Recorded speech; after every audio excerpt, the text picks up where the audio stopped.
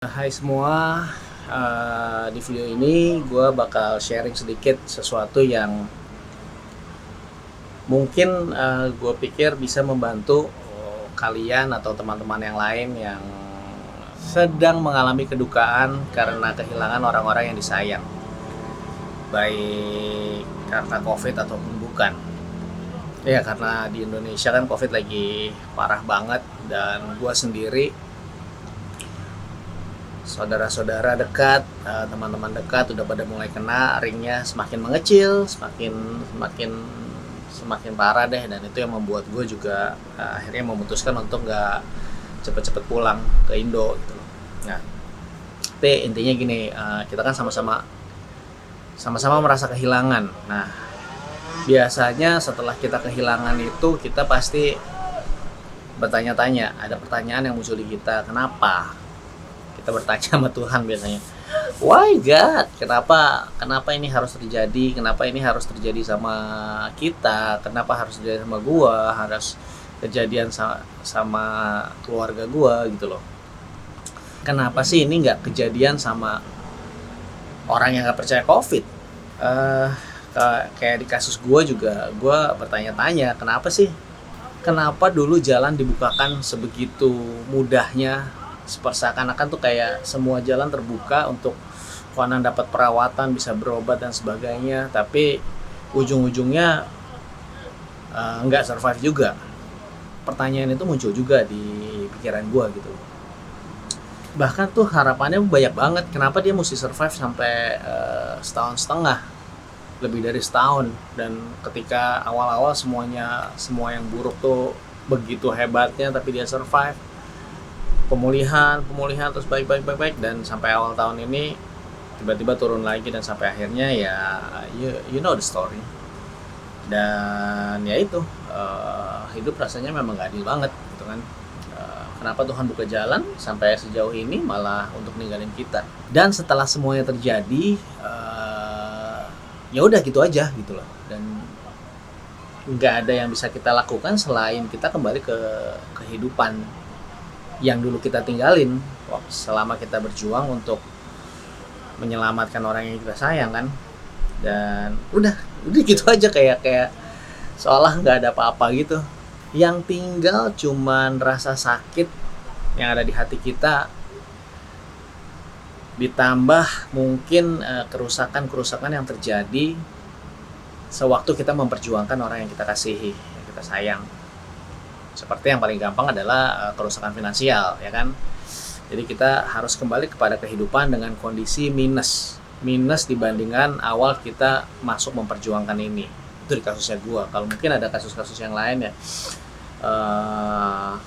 Kalau kasus yang kena COVID mungkin ya nggak expect akan kejadian seperti ini, dan tiba-tiba segala sesuatunya harus full mati-matian memperjuangkan nyawa orang yang kita sayang, tapi ternyata nggak berhasil juga, dan sucks banget kan. It feels damn. Pokoknya feels,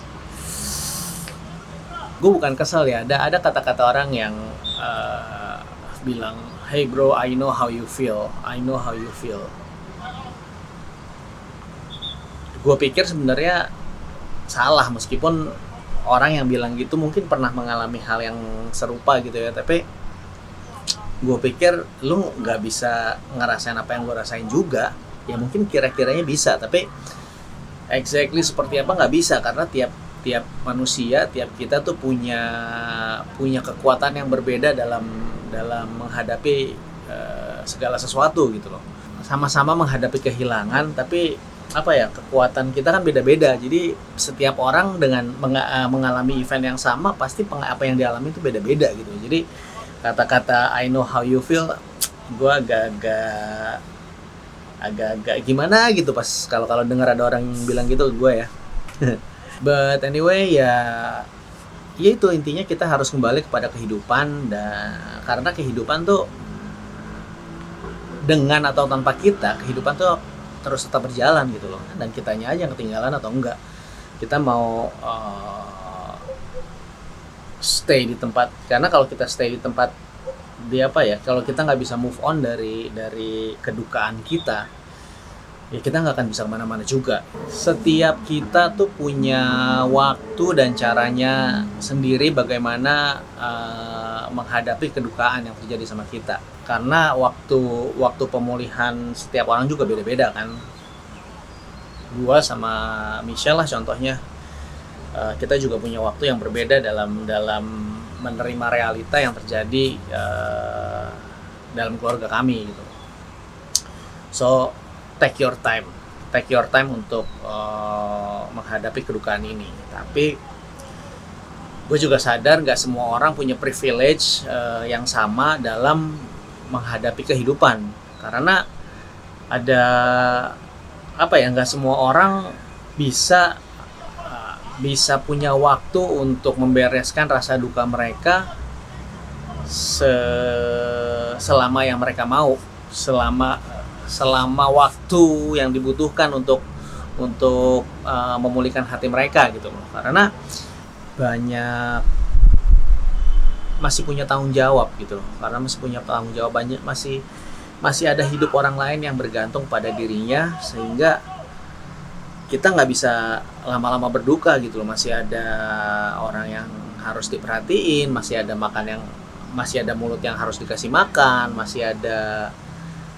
mungkin ada orang masih ada tanggung jawab yang harus dikerjain, yang harus dijaga, mungkin ada anak yang harus tetap dibesarkan atau orang tua yang harus diurus gitu loh.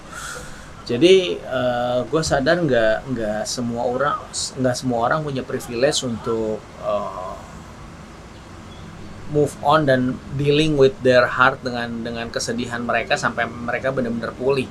Banyak juga yang suka nggak suka, sedih nggak sedih, pulih nggak pulih, tetap harus berjalan karena masih punya tanggungan gitu loh, masih ada orang yang bergantung pada dirinya, sehingga kita harus mengesampingkan rasa duka kita gitu. Kedengarannya nggak adil, tapi ya memang begitulah kehidupan, nggak akan pernah adil. Welcome to life.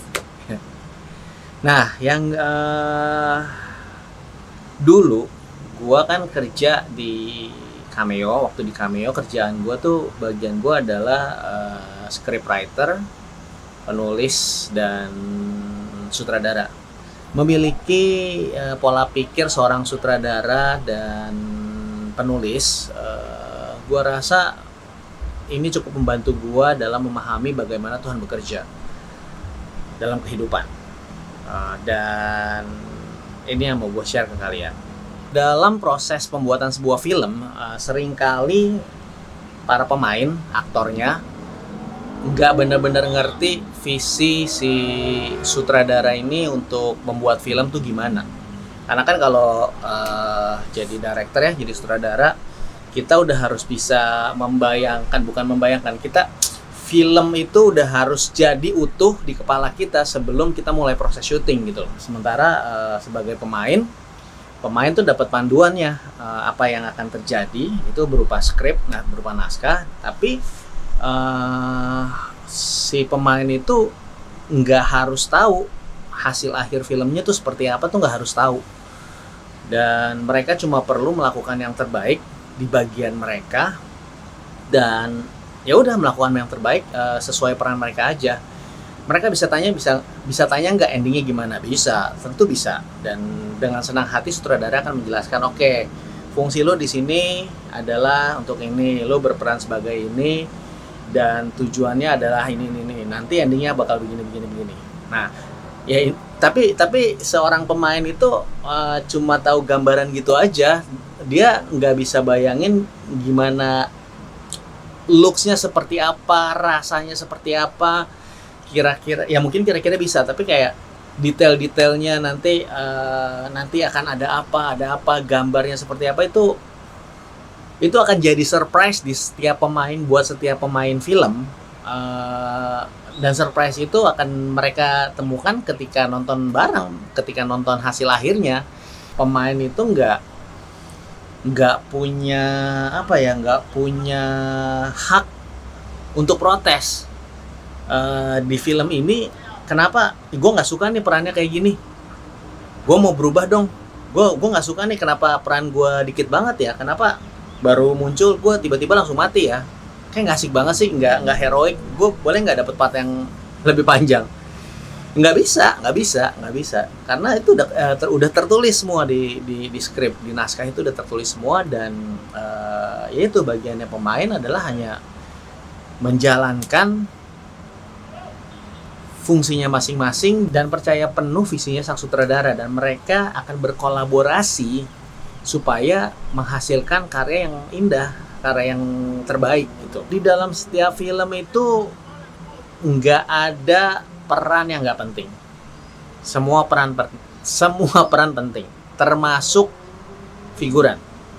Nggak ada tuh. Jadi kalau kalian lihat di film ya, percayalah, nggak ada figuran yang tampil di film, sekalipun itu figuran, yang ada di situ tanpa alasan dan tanpa arahan.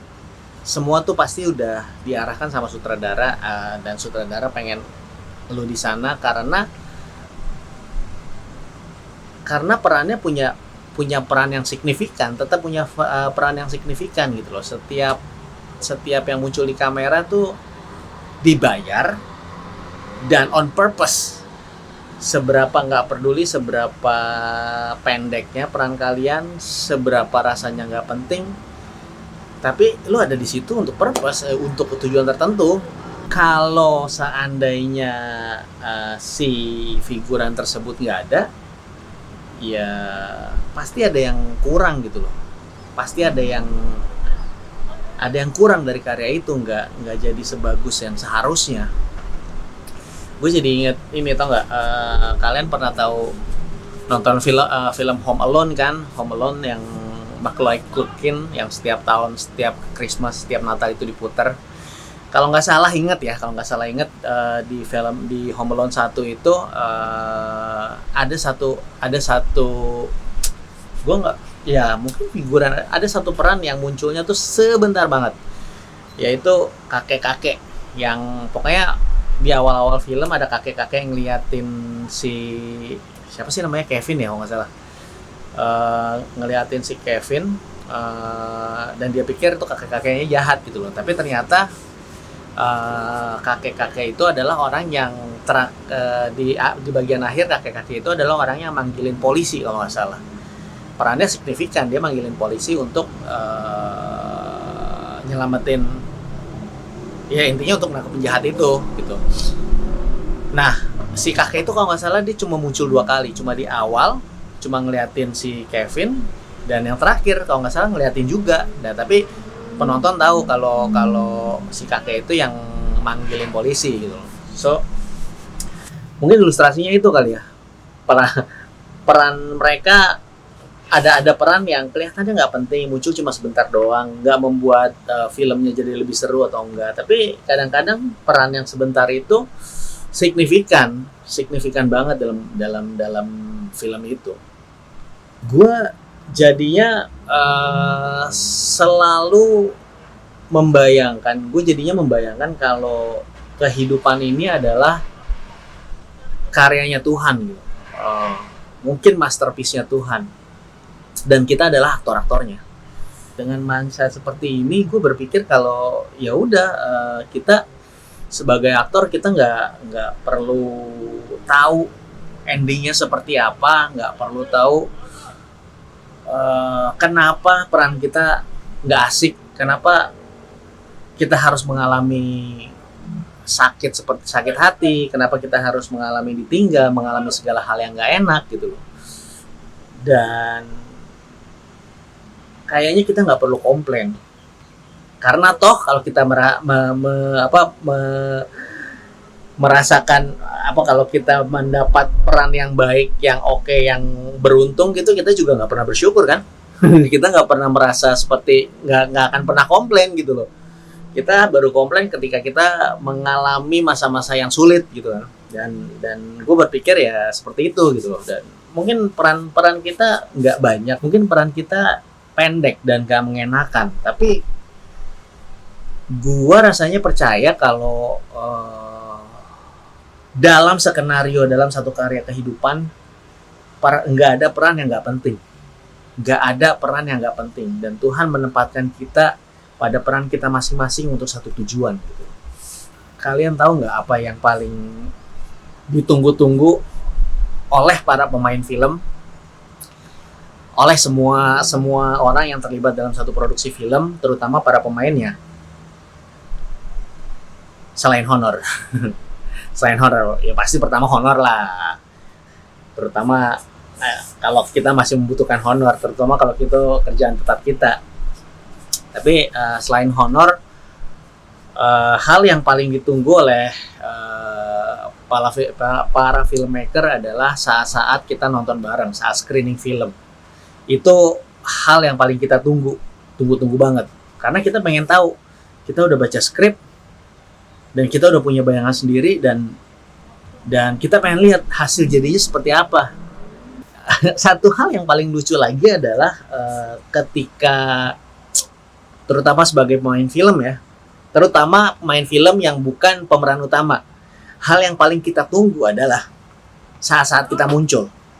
Saat-saat kita muncul itu lebih kita tunggu daripada kita tahu ending filmnya itu seperti apa. Gue yakin kalau kalian yang pernah terlibat dalam film, apalagi jadi figuran yang nggak penting, yang berasanya nggak penting, atau peran kalian pendek cuma supporting doang, yang paling kalian tunggu waktu screening, waktu nonton bareng pertama, sebelum filmnya beredar umum gitu kan biasa ada privilege tersendiri kan buat tim produksi dan pemeran gitu kan.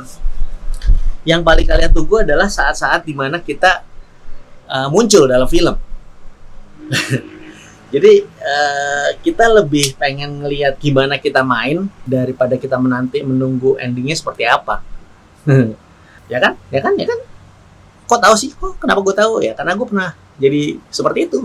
Jadi gue tuh again balik lagi ke ilustrasi yang tadi. Ya gue selalu membayangkan kalau ketika kita bisa melihat film mahakaryanya Tuhan, ketika kita bisa melihat dari sudut pandang Tuhan dalam konteks dia memandang kehidupan gitu, gua rasa kita nggak akan protes ketika ada waktunya nanti kita bisa ngelihat, oh ternyata peran gue tuh seperti ini tuh. Mungkin selama kita hidup kita nggak akan pernah tahu peran kita seperti apa. Mungkin tahu tapi nggak lengkap. Dan gambaran yang nggak lengkap itu yang membuat kita tetap protes, nggak worth it lah. Kenapa gue harus mengalami ini, nggak worth it lah. Tapi mungkin siapa tahu ketika kita melihat big picture-nya, kita bersyukur dan bangga gitu. Kita bisa ngelihat, apakah gue menjalankan peran gue dengan baik atau enggak, apakah gue seberapa signifikannya gue gitu loh, peranan gue dalam seluruh kehidupan ini. Mungkin baru kita akan mengerti saat itu. Mungkin saat ini yang membuat gue rasanya nggak terlalu lama-lama dalam berduka gitu. Oh ya, satu hal yang penting lagi, bukan satu hal yang gue pikir menyenangkan adalah di film itu, filmnya bisa tragedi, bisa sedih sesedih-sedihnya, bisa bad ending, bisa menyayat-nyayat hati, tapi di belakang layar mereka semua hidup kok. Misalnya filmnya sedih dan banyak orang yang mati di situ, tapi di belakang layar kenyataannya mereka hidup dan mereka masing-masing dibayar gitu loh. Masing-masing mereka menerima honornya masing-masing, menerima rewardnya masing-masing. Jadi gue selalu membayangkan, kalau kita membayangkan ini adalah kehidupan ini adalah masterpiece film lah, kita katakan ini film yang Tuhan sutradarai dan Tuhan tulis naskahnya seperti ini. Jangan lupa, kalau kita percaya Tuhan berarti kita percaya ada afterlife, ada kehidupan setelah kematian. Dan waktu kehidupan setelah kematian, it means di belakang layar kita baik-baik aja. Yang di filmnya mati, bunuh-bunuhan, mungkin di belakang layar mereka ya temenan juga gitu loh. Mereka di belakang layar mereka akan menerima rewardnya masing-masing, menerima honornya masing-masing.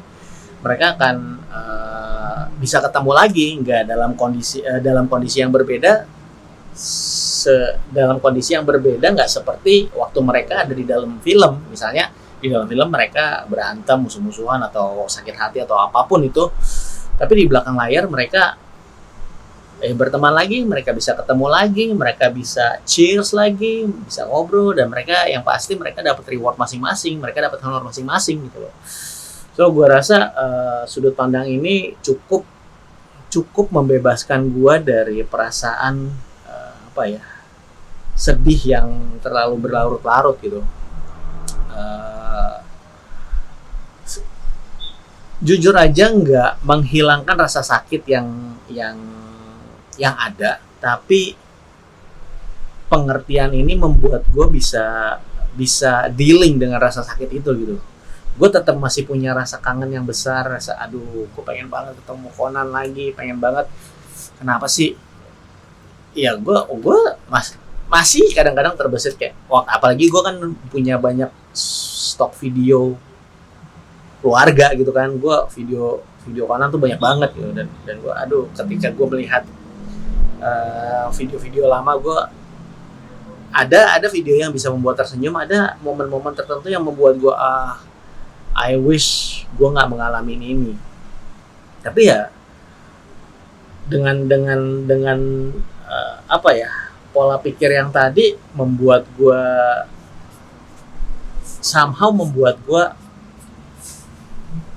nggak takut akan kematian gitu loh. Gue pengen banget ketemu Conan lagi, dan gue melihat kehidupan dan kematian dengan cara yang berbeda dari dua tahun lalu lah gitu. Dan serius ya, gue nggak tahu apakah sudut pandang ini bisa membantu kalian atau enggak, tapi di gue ini, menurut gue ini cukup membantu. Balik cerita tadi ya, gimana gue bisa tahu rasanya seorang figuran sekalipun akan excited lihat screening film, dan dia lebih excited ketika melihat perannya ada di film tersebut daripada endingnya. Karena gue pernah ngalamin. Lo tau nggak? 10-11 tahun yang lalu, gue tuh terlibat di film The Raid yang filmnya Iko yang membuat namanya Go Internasional itu. Dan di film itu gue cuma muncul mungkin beberapa detik doang.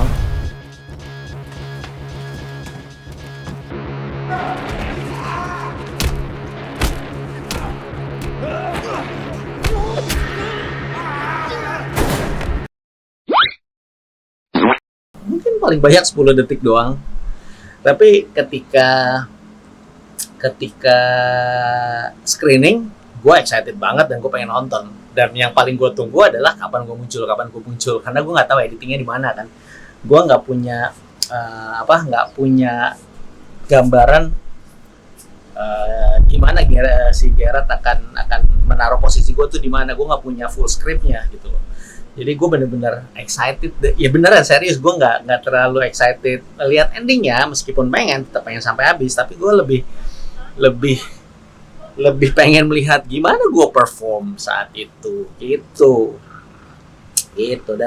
Dan ada sedikit cerita lagi tentang cerita lain lagi. Jadi masih dalam peran gue di film The Raid. Sebenarnya film gue kan muncul cuma beberapa detik kan di The Raid kan. Jadi kejadiannya waktu itu sebenarnya gue dipilih untuk adegan lain yang lebih panjang, lebih lama, lebih panjang, dan waktu itu berantemnya sama Iko deh harusnya. Tapi gue udah latihan, gue udah latihan satu adegan, dan saat itu kandidatnya ada 2 atau 3 orang, seingat gue sih 2 orang. Nah, intinya setelah gue udah latihan, lo latihan bagian ini ya, agak sedikit panjang koreonya, dan udah setelah dites, gue dipilih antara gue dan 1 orang ini. Gue lupa namanya, gue nggak, waktu itu pokoknya ada 1 orang inilah. Jadi waktu itu gue masih kerja sebagai wedding freelance di wedding video kalau nggak salah, atau fotografer wedding. Nah, pas lagi latihan itu ada keselip jadwal job wedding. Nah, gue bilang oke, sorry ya, besok gue udah ada job wedding, jadi gue nggak bisa latihan gitu loh. Jadi besok gue harus off, minta izin off. Oke. Nah, yang menyebalkan ketika saat gue balik ke tempat latihan lagi, ternyata peran gue sudah diambil karena waktu gue ngejob wedding itu Gareth datang dan tiba-tiba dia minta, oke, mana yang udah siap, gue mau lihat dong, ini kita harus lock peran ini gitu loh. Dan gue nggak datang karena bukan karena gue malas, tapi karena gue ada job gitu loh, memang udah ada kerjaan yang udah deal sebelumnya gitu. Dan setelah gue tahu, besoknya pas gue datang, yang koordinatornya bilang, lu kenapa nggak datang kemarin, sayang banget, kemarin tuh Gareth datang dan tiba-tiba dia mau lihat audisi gitu loh untuk peran ini di mana-mana. Kalau seandainya lu datang mungkin lu bisa dapet perannya. Damn, pada saat itu gue bener-bener what the? Tapi gimana, memang gue udah ada job gitu loh, dan gue kesel, I should have better performance in film gitu kan, peran yang lebih baik, membuktikan diri gue bisa berantem sama Iko gitu. dan that's happen gitu buat gue. Mungkin waktu itu gue sial banget gue, gara-gara job yang lain, tapi nggak bisa gue cancel juga, gue kan jadi nggak profesional kan gara-gara itu. Kalau gue cancel gara-gara itu, dan toh belum pasti juga gue harus di-compete sama orang lain gitu loh. Dan gue merasa itu hari yang sangat sial buat gue. Tapi fast forward ke sekarang, mungkin gue mengalami itu jadi pengalaman gue itu bisa jadi ilustrasi yang masuk gitu loh. Dengan gue menceritakan ini, dengan gue menceritakan pengalaman gue, itu bisa jadi ilustrasi yang cocok banget buat apa yang gue ceritain tadi, kayak gambaran kehidupan besar kita. Mungkin kita nggak ngerti, mungkin cuma pendek, mungkin cuma sedikit, tapi mungkin itu ada purpose tertentu, entah di masa depan, entah mungkin kita nggak pernah tahu, tapi apa yang kita alami itu bisa jadi kebaikan, bisa jadi sesuatu yang baik, mungkin buat orang lain, mungkin bisa buat diri kita sendiri. Dan gue cukup yakin ketika kita melihat dari sudut pandangnya Tuhan, kita akan bersyukur kita ada di tempat seperti ini, karena kita pasti saat itu merasa berguna ada di sini gitu. Tapi untuk melihat dari sudut pandangnya Tuhan, ya tunggu filmnya selesai, tunggu kehidupan ini selesai, dan kita bisa ngelihat dari awal sampai akhir, baru kita ngerti, oh itu tuh maksudnya gue ada di dunia ini, oh itu tuh maksudnya gue harus mengalami ini, dan itu baru terakhir. Nah sekarang tugas kita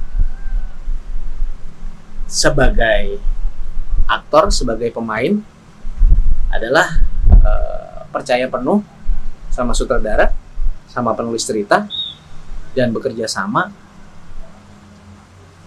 supaya karyanya itu jadi karya yang terbaik.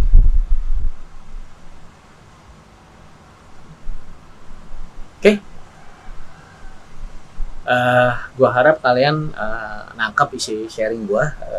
Gua nggak tahu deh kalian nangkap apa enggak. Mudah-mudahan bahasa gue cukup gampang dimengerti dan menolong kalian untuk nggak akan menghilangkan rasa sakitnya, tapi membantu kita untuk dealing with the reality, membuat kita bisa, kalau gue di sisi gue udah siap untuk kembali ke kehidupan untuk harus fight lagi, harus menjalani kehidupan, kita get back to reality, and ya udah jalan lagi. Karena kehidupan nggak berhenti hanya karena kita mengalami sesuatu yang buruk. Kehidupan akan berjalan terus dengan atau tanpa kita. So pilihannya apakah kita mau hancur di situ dan ketinggalan, atau kita mau let's go again.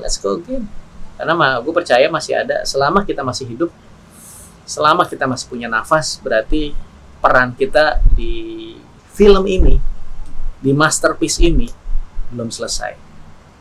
Peran kita udah selesai ketika kita sudah tidak ada di sini lagi.